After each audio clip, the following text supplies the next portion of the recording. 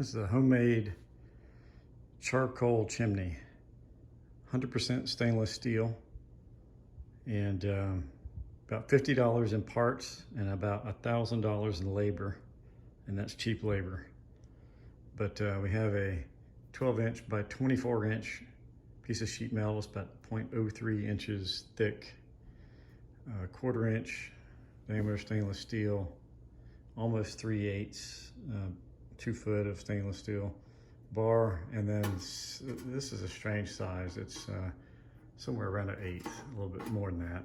But basically, you can see there's a grate in here, and so the idea is you have your charcoal starter. You set this on top of it. There's going to be more air vents in the back.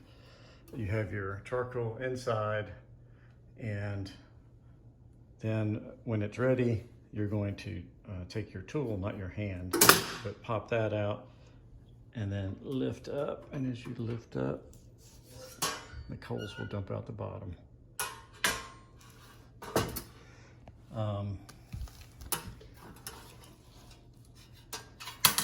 So this was the most time-consuming part here. I had to drill holes, 5 holes in this bar, which was non-trivial without a drill press. Got them okay. One was off, but and then those are just through holes, and I just inserted the ends of the rods in there.